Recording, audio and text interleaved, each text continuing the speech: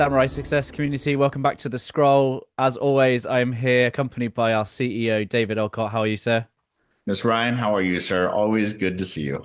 Hey, do you know what? We took a month off last month and I missed it. I'm glad to be back. There's a lot that we're going to share today. There's a lot of great updates. But I guess the most exciting thing for us to start with is since we've last spoken and shared with our community, we have launched a new group coaching cohort over here in the UK. I'm blessed to be able to guide some great people through this. And I just first of all want to thank you for trusting me with this Swords of Illumination technology. And we're already nearly 4 weeks in, and I'm excited for the journey that we're about to go on ahead. So thank you, good sir, for bringing this into the world and allowing me and our community to be part of that. Yeah, very much an honor, and you have definitely earned it, brother. It's like every single time I just see you working with people, it's an amazing group of people that you've attracted into this, first of all. To be able to see, you're 3 weeks in, and all of a sudden you're seeing some of the breakthroughs that usually, happen way later on the process. But you've got a community of people that are really fully engaged, have done a lot of work already in their lifetimes, but they're seeing the breakthrough possibilities with this technology, and they're really excited about it. So great job, man. Yeah. Yeah, thank you. Well, initially started, we were labeling it a UK cohort, but then even in week one, we're seeing the connections with England, Scotland, Wales, and then we've got participants from the Czech Republic, France, and Germany, and we've even got our brother Jason from Texas. So, hey, we can't keep calling it a UK cohort anymore. It's beyond that already. Yeah, absolutely. As a matter of fact, I think you've already suggested about expanding it into the Europe, cohort kind of thing, which is going to happen kind of thing. So nice work, man. And isn't it funny, people that have listened to this podcast for a few months now will know that you made a promise to the universe. If it provided you something that worked, then you would share that with the world. And isn't it funny that the universe is just a little bit one step ahead of us? Because the minute we're declaring a European cohort, we're having phone calls with someone from South Africa. Yeah. Oh, I love it. I love the way the world works. But yeah, I think, one of the consistent things that are going on in the world is just chaos. And we've always made a commitment that this conversation that you and I have as part of the scroll, it really adds a lot of value to people's day. It really becomes a source of great insights, great wisdom to be able to navigate the world. We say the business world, the financial world, the emotional world with some degree of peace and calm and purpose and clarity. And I think the world's doing us a great favor in showing us the opposite of what that looks like and feels like. Well, it's interesting because, talking with friends, family, everything else like this, we've created this. We've all been clamoring for change for 20 years, right? 20 plus years. We got to get change. We're going to get change. Well, part of the elements of change and characteristics of change is violence, Mm. chaos, those kind of things. As a matter of fact, it's an indicator that change is happening. So be careful what you wish for is one of those key things. Now, we've all said we've wanted this. We just don't know. We just don't want it how it's happening, kind of thing. Well, how it's happening isn't something you get to control. What you do get to control is what we talk about with the Sophie program, the Sophie books, the work we do here at Samurai Success, is that you don't get to control the events in your life, chaos. What you do get to control is your experience of that event called chaos. And if I handle it a little bit better than you handle it, or you handle it a little bit better than I handle it, that person who handles it better is going to win that game. So that's the whole thing here, guys, is that chaos is happening. And if you look future down the pace, like I've been looking at, we've talked about this in 24, 25, and we just kind of added layers of degrees and intensity of chaos because this is going to be the theme for the next 5, 6, 10 years kind of stuff, guys. We're really making some huge changes on this planet, and Mhm. chaos is going to be part of that. How you handle that chaos is what makes you valuable in this marketplace, your world, your family, and everything else. Yeah, one of the themes that you talked about recently was that time speeding up. The speed of things is increasing, and the speed of which people are getting burnout, the speed at which people want their next scaling, or the speed of like complexity that's being introduced. And is there an invitation to increase the speed of, dare we say, peace and wisdom? Is that possible in the realm of this also speeding up? Well, I think the first question that really needs to be asked right and then is then who's in charge of time, Mm. right? And if we go back to the concept of there's six primary questions, and each one of those has impact, and you have influence on a set of those, and the universe has a set of influence on the other ones. And remember, when it comes to timing, when things are going to happen, so who, what, when, where, why, how, of those three, you get to control three, the universe takes care of the other three. I know that sounds really strange because I will tell you that most of my life, I thought I was in charge of all six. And it was exhausting. It was overwhelming. It was like, holy crap, who's going to check all this stuff, right? And then I was able to chunk it down just to these three, which then took half of my responsibility away. And then the other part was the Sophie program allowed me to deal with those three in a brand new way. Timing, though, when things are going to happen isn't within your control. Can you influence it? Absolutely. Do you control it?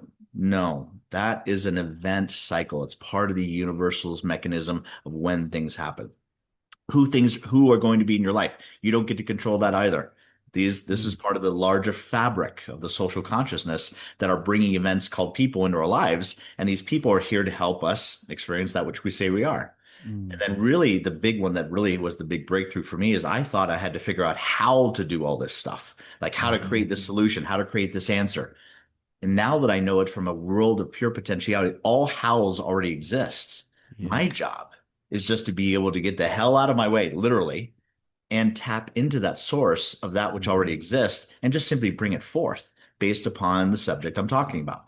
Now, that takes some work to do that. I don't disagree with you, but that's my whole job. Not worrying how to do it, the solution's already there. It's about being able to be in a good space to be able to see that solution, hear that Mm. solution, feel that solution, and then simply bring it forth and then go and apply it. For people that have read Swords of Illumination, they'll be familiar with the teachings of Daichi. And I just love to. I just sometimes imagine, obviously we get the story of Tom Henderson, as the modern anchor for what it's like to be in the world these days. But I'd love to see the opposite happen, that Daichi comes into our world. If Daichi kind of walked into the C-suite of any kind of modern leadership team, what do you think he would, say, observe, see, say? What would his first reaction be to the way that we do business? So, not just metaphorically, but literally, Daichi is the coaching concept that we talk about today, right? Daichi was, in the 15th century, but 1500s. But the idea here is that that's the coach that's been with us forever, the mentors that have been with us, the masters who've been with us. And what they really bring to the table is that they have this really interesting characteristic of a lack of judgment. Hmm. I know that sounds strange, but they just don't do judgment very well. And that makes them so exceptional because when they don't judge a thing, they see a thing for what it really is. Mm. And that power of seeing the structure, which we would call the sage, right, with the archetypes, the sage is really their best characteristic is to see the structure of things, not the content of stuff. Content typically hooks us and gets us distracted, but the structure of things, when you can actually see how the formula works, well, then you can work with the formula and then not get hooked in by the outcome, the results of things. You go, oh, that's just how that works. So Daichi is a really important part of the metaphor of understanding that coaches have been with us forever, mentors have been with us forever. It's just finding the right one because not every coach is going to do it like Daichi was. Daichi Mm. is a place of no judgment. I've met a lot of coaches out there that do things for judgment. That didn't serve me. When I did it, it Mm. just didn't work. So it was like, okay, how do we bring another philosophy into the coaching world that just uses discernment rather than judgment to be able to really I've ever heard in quotes that says, make sure you speak your truth, but soften it with peace. And that's Daichi really right there is that he has a great way of just sharing with you the incredibly obvious sometimes and something incredibly insightful and prophetic. And then doing it with just a way that just goes, I can really resonate with that. I can make that my idea. You That's mean I powerful. you mean I don't take to social media and shout it's my truth and whether you like it or not? There's always that possibility, but if you're looking for some other kind of experience, It's very there's an option. possible. And is it possible for a CEO to be almost coached, mentored, reconnected with the master within them, and be able to run things? Because here's what I see, right? Many people will have built a business, and the people that we work with, people that we serve, have built businesses. Money making is not the challenge or the issue. But something happens when you build a life. We were talking about it earlier around when we take the idea and make it manifest. This is what entrepreneurs are known for, right? Taking a vision and making it reality. The vision for the home, the vision for the family, the vision for the business. I guess what doesn't come along with the vision is how to sustain that and to, how does the transition go from I've got a vision and now I want to keep enjoying the life I envisioned, or actually to be able to access the enjoyment of the vision I had? So this insight really came to us because as a human being, there's the three dimensions we always talk about here, right? The human, the physical realm, and then the spiritual realm, and how they all connect and how we have actually influence over those three dimensions. And the idea here was that, okay, as an entrepreneur, what's my real job? My real job is to go into the marketplace, find there's a problem there, and then come up with a solution to be able to solve that problem in the marketplace. So once I've done that usually shows up as a product or service, right? That's the solution. So then I have a vision about how I want to do that with quality control, profitability, how I want to approach it, my philosophies, all those things come into that vision. But the key point of it is that if I'm an entrepreneur and I'm going to hold this vision, because remember, it's in the world of pure potentiality, I'm holding it in my mind for long enough until it becomes manifested in this lifetime. So it's just Mm-hmm. idea. I've got to do something to hold that idea and then bring it physically, lowering its vibrational state, if you will, into manifest and stay here. If I'm responsible for all that energy, that's energy, effort, emotions, to be able to keep it in this physical plane, I'm going to get exhausted. Mm-hmm. There's no way around it. I can only hold that energy field for so long. So what has to happen is that energy, emotions, and frequency of holding it, this vision idea, has to turn into a structural representation of Mm-hmm. that vision. And what I mean by that structural representation is it has to be here in the physical realm that other people can put their energy on it. Because I'm the only one putting energy on it, I'm going to get exhausted. And when my energy exhausts, then all of a sudden it's like magic. It's like it's here, it's here, it's here, it's here, it's gone. And you've seen this in your lives, guys, entrepreneurs. You've seen this thing where you had this great idea and you kept on it. You may even been at it for years, then it just faded. It's like because it didn't have a structural manifestation in this physical realm that other Mm-hmm. people could put their energy on. And it was only my energy. My energy is going to dissipate, or it's going to get distracted by something, or something else is going to happen. I've got to be able to hold that vision, structure it so it can stay here without my energy input. The only way to Mm-hmm. do that is to actually create structure. So, how that really works in a practical term, when you're building a vision, a solution to a problem in the marketplace, you've got to create structure around that solution. The more structure you create, the more people can tangibly put their energy in it, and I can take less and less of mine, and I don't burn out. And then I Mm-hmm. can go on to the next phase. Does that make sense? Yes, what I'm hearing is if I like being married, I need to take my wife on more dates. Well said, sir. Yeah, yeah, And that's exactly the doingness part of the beingness, right? Has to be that creates your congruency. yeah. So absolutely agree with it that this happens in every facet of our life. That if we're not going to put energy into it, it's going to dissipate and fade. One of the great things I see you embody unapologetically in Samurai Success is one, hold the vision, and then two is hold the standard. Why are those two things so important?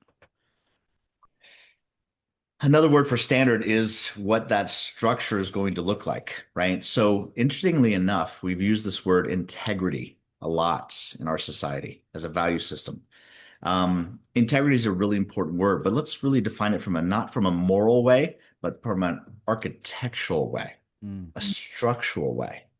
And what I mean by that is if you're looking at a big building and there's a steel girder, right, with this steel beam that holds up a wall, it's a foundational wall, and it's leaned up against that. The point in which that weight is exerted on that metal or that steel beam and that steel beam collapses, that Mm. point is the integrity moment of that steel beam. Yep. The point right before it collapses, that's its level of integrity. Once it collapses, it no longer has integrity. Are you with me so far? Okay. Let's imagine then that pressure is what's pushing on that metal, right? That girder kind of thing. And that pressure is going to then exceed the integrity level of that steel thing and it's going to collapse. The same thing happens with us as structural, with our identity Mm. structure, our identity concept, our identity statement. This is a structural field that we put out there, our belief systems coming from our programming. We create this identity field that people get to know you.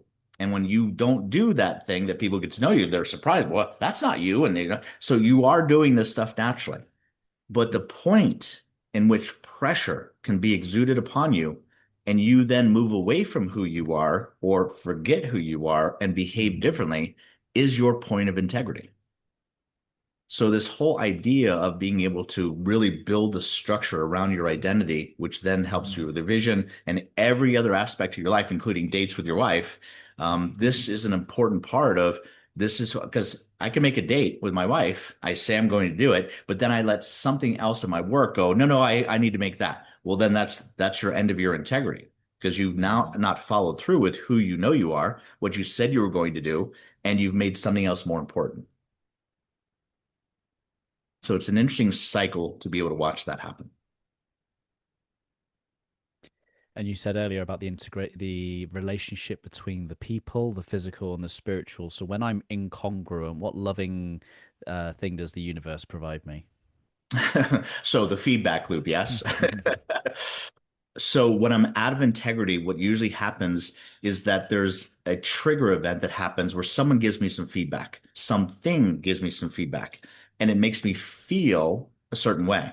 That feeling state is the first indication of awareness. So really, I'm unconsciously about my behavior. Then some trigger event happens and I become conscious of my behavior. I'm like, whoa, I didn't realize that was affecting you that way. I didn't realize that was not my intention, whatever it was. And we get that feedback loop. Now, there's two opportunities here.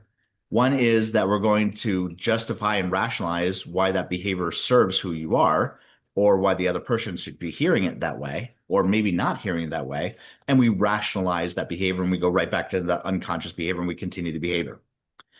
Or if it happens over a period of time where we get event after event after event, some feedback, some feedback, some feedback, we then move from the rationalization into this idea of um, really focusing on the parts of cognitive dissonance. Cognitive dissonance really starts getting to a place where you're like, no, I'm no longer rationalizing this. I'm aware of it. I'm moving past the rationalization of it. I've moved into this. No, I better think about doing something different about that. Now, again, at this point, I could revert back to the unconscious state, but suffering is going to go along with me. There's a new feeling state of intensity. So I've been in pain, but now I'm suffering from it. Ooh, there's another production or behavioral indicator from the universe going, hey, I'm giving you some feedback that this behavior isn't aligning with who you really are. And so when suffering happens in your life, there's a disconnect between Mm. who you are and what you're doing.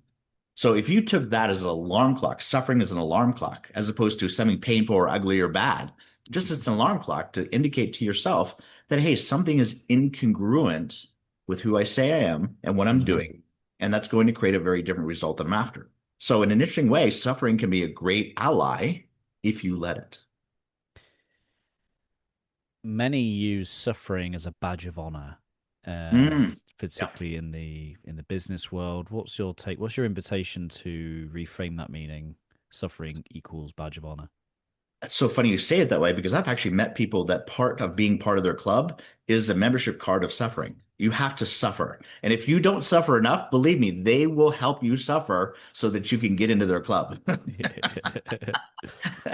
And we laugh about it, but I'm telling you, there are clubs like this on the planet that just get just heat wave of suffering, and it's a badge of honor, like you said, to continue that stuff. Mm. Okay, now you can see from my facial expressions that's not a club that I think I want to be part of.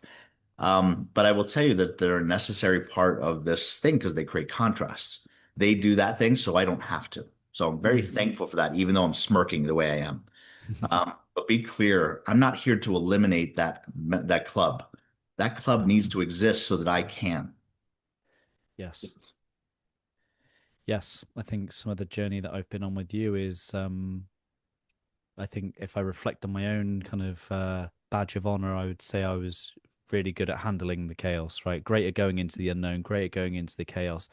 And then you playfully, lovingly said to me, how would you not like to create that so that you feel good about yourself? Or something to that effect, you know? Right, right, Something right. that I'm sure that was the truth softened with kindness, thing you were just talking about. Okay, I'm still working on softening it with kindness. But that was a great example for me to go, I know that feeling now. I don't have to create it because I can see that elsewhere. I've got a contextual field to go, okay. If I know what that's like and I can see that, I don't have to be the creator of the chaos Mm. just so I feel effective and good about myself. And I will tell you, I've met a lot of archetypes in my lifetime, most of them, all of them. And I will tell you, the one who does it, who needs chaos the most, is the hero Hmm. or the ruler, right, of the 12 archetypes. But the hero is a very advanced strategy that if there's not enough chaos going on, because here's the point. How can I be a hero if there's nothing to save? How do I best find something to save? Look for the chaos. Oh, there's not enough chaos? I know how to fix that. I will create the chaos. Yeah. Yes. And we do this unconsciously, guys, but we create self-sabotaging situations to create chaos so we can come and save the day. It's fascinating when you can look at the structure of things and laugh at yourself, because that's the first step. If you Mm. can't laugh at your own behaviors, guys, it's on. You're not changing a damn thing. It's when you can get to the folly. That's why I find that even so, some of our comedy day is very not my type of comedy. Comedy is such an important part of your own evolution and destiny to be able to laugh at your own behaviors. Because if you take your behaviors too seriously, those behaviors become who you are, and they're Mm. unchangeable, and it's going to create results in your destiny over time. Yeah, one thing that I'd love to pick up on just before we move too far away from it is about holding the standard. And something shifts in a CEO when they get to feel that the people around them are holding the standard. Maybe for CEOs that have never had that experience, A, what does that feel like? And B, how does Samurai Success help systemize that feeling? Yeah, so thanks for bringing me back to that. One of the interesting formulas we know about here at Samurai Success, which is trust, is created by consistency over time. Mm. Now, I'm going to say something really strange, Ryan. I know you and I've talked about it in the past, but maybe this is a new concept for the tribe and the community here. But it's not possible for you not to trust someone. And people go, no, I don't trust that person at all. It's not really possible to do that. For example, if someone pays their bills late all the time, do you trust them? And the answer is yes, you trust them to pay their bills late. Mm. What gets us upset, Ryan, is that when that person who always pays their bills late comes and convinces you that no, no, this time, I know I've been doing this for years, but this time I'm going to pay my bill on time. And for whatever reason, they convince you of that. Now, when the bill comes due, guess what? They're as consistent as they've ever been and they pay their bill late. Who are you mad with? You're not mad at them. They're consistent. Yeah. You're mad at yourself for believing in the inconsistency. So that's the thing we're talking about with these standards. Standards are a really tough thing, but they create trust. I know what if an entrepreneur, I'm an entrepreneur. I love option thinking. I love to be thinking about all kinds of new crazy ideas, but that doesn't build the business. It creates innovation, which then solves the problem for the marketplace. Don't disagree with that. But if you're really building a system of people, they need trust. They need security. Trust is created of consistency over time. If you're constantly changing your mind all the time, you're not following any given standard. You're consistently not following your own standards. It's going to create a level of trust that people are going to trust not to work for you Mm. because they count on you being all over the page. They don't ever know what's going on. There's too much chaos in the Yep. world today to work for a company whose CEO is constantly changing their mind. That feels, looks, and sounds like chaos to me. I already have enough chaos. I don't need more of it. I need to go to work and actually have a sanctuary, a place of Mhm. consistency, a place of standardization, a place of, and technicians and managers love this stuff. Entrepreneurs don't. Entrepreneurs want to think, no, no, you want you. I'm going to get bored if you just have those consistency with that. The technician and manager is like, please give us boredom. I've already got too much chaos, too much variety, too much flexibility. I want something that I know for certain is going to work. Standardization, structuring, that creates that social construct of consistency over time that people can start relying on and trusting. That's why it's so important. And segue into Samurai Success's support of that vision. So within one of the things we work on is something called a cash flow diagram, the spine, process development work. This is the design work of the three elements of the pod. When we do a cash flow diagram, remember, you guys are the masters of the universe of your business. We're not. But by having that map between us, we can get literally on the same page and see all the things. And I will tell you, people are really damn good at business, really good at making money, really good at keeping money, all that good stuff about being really strong business people have had such huge breakthroughs by just mapping out what they do. Because when they start actually seeing what they're saying, they Mhm. start seeing that, oh my gosh, look at the consequences of doing it that way. Look how much it's costing us to do it that way. Is there an easier way to do it? Well, now that I've got this map, I can see that there's different ways to do it as opposed to thinking there's different ways to do it. Mm. If I have a map visually, then I can work from that tangible product. If it's in my head, it's all conceptual and things keep changing, deleting, distorting, generalizing. I can't keep track of it all. By writing it out, we've had so many breakthroughs about how to save money, how to keep more money, how to make things more efficient. And everybody's like, well, AI is going to take care of all that stuff. AI doesn't have the ability to do that process yet. It's going to take a quantum computer and some level of intelligence that right now isn't available to the general public. Will it happen? Probably. But for right now, the best way to do this is just get it out of your head so you can see it and see the opportunities with your own business model that you can't possibly see as long as it's in your head. Mm. And for the person that is listening and they're on the verge of no longer tolerating, that feeling where it's like, Yes. okay, great. What is your heart to heart message to them that they no longer have to tolerate, that there is a path, that there is a process that we can support them, and why would they even do that? What would the future look like for them should they choose that to no longer tolerate some of these sufferings? It's funny, but there's a connection, if not correlation, between willing to tolerate something and understanding your value and your own worthiness. Hmm. So the higher your value of yourself, your self-owned self-worthiness, the less you're going to tolerate in life, right? And then the other one happens where you have more tolerance in life, the less you actually value yourself or think you're worthy of having that higher tolerance. So an interesting way, tolerance is about standardization. What standards do I want to have in my life? So the person that's really looking for this and finally getting to that tolerance place, and by the way, if you're finally at that place of tolerance where it's no more, congratulations. You've been working your ass off to get to this place. Take action right now. Stop and reach out. Find a coach that's going to work for you. It may not be us. Reach out to us first to find out if we're going to be good for you. But if we're not, you'll know fast. We'll tell you. We're not here to play games with this stuff that just says, "Hey, let's go work for the next couple of years and see if this goes." No, I'm not interested, guys. Doing this way too long. I'm interested in getting results, not talking about the story anymore. And I will tell you, one of the key characteristics of most entrepreneurs is they're caught up in the story, not the result.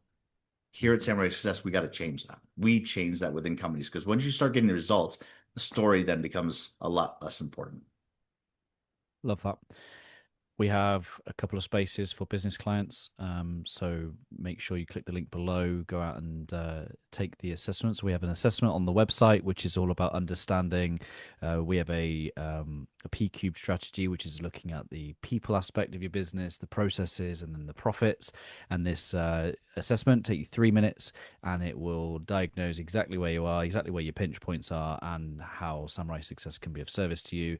That will give you an opportunity to book straight in and have have a conversation with David, talk about your business, strategize, have a look and see whether Samurai Success could be of service. 3 minutes, nothing to lose. So make sure you hit the link in the comments. And then David, over the next couple of months, will be coming back to the market with more Swords of Illumination group coaching cohorts. How does that feel? Outstanding. I mean, this is 30 years in the making, and to launch that on May 4th, a very special day for those Star Wars fans in the room. Um, it was a very important day to do this, but to watch the reaction and responses from that group of people in such a short period of time is really encouraging, Ryan. I mean, I've seen this happen, but not at this acceleration. So we're starting to see that the group coaching is creating its own sense of momentum that we haven't had at the smaller groups, the fours or the ones, right? Which takes their own time. But now with a synergistic group of 12 people all having their own individual reactions, it's creating a momentum of cooperation that we just haven't seen before. So it's really exciting to see that. Yep, love it. So stay tuned. Make sure you keep an eye out on the website and our social medias. We shall be announcing that very soon. If you want to be one of the first people to join the wait list, we'll be having a series of calls over the next month or so to come and learn all the details about what this program has to offer, whether it can be of service to you and where you are in this moment. But yeah, exciting times. Really enjoyed today's conversation, David. There is someone listening right now that just with this final closing from you is going to be the moment that they take some action. So have the floor, all yours. What is your way to close this out today? Over the last couple of months, we've been talking about this entrepreneur, manager, technician. And I want to be very clear with you guys that the people who show up and get involved with working with us are entrepreneurs. There's no question about it. The manager inside of you and the technician is going to have all kinds of reasons and rationalizations about why not to get involved with coaching or work with Samurai Success. It's the entrepreneur that makes those tough decisions because it feels, even though we've been doing this for 30 years, we've worked with 450 clients, we've had this level of success. This is the result I want. It's still finding those people that are still resistant because most of the time in this industry, we've been sold on concepts that promises a lot and very much under delivers. I wanted to reverse that. I wanted to deliver first and then bring it to the marketplace. Even though we've done it that way and have these proven results, we're still running into people who are very skittish or very skeptical about this. Great. Good job. Being healthy and skeptical at the same time is a very good thing. But please don't let it lead to procrastination, not taking steps, making sure you're not worthy. Pick up the damn phone, get on a schedule with us, and find out if we're good for you. But there's only one way that I can say that you're going to do that is take that assessment, get on a phone call with us, and just have an honest conversation. If we're a great fit, great. If not, no worries. But that's only if you're at a place of, I'm done with all this stuff, man. I really want to make a difference in 2026. That's the kind of commitment you need to bring to the table. You do that, we'll take care of the rest.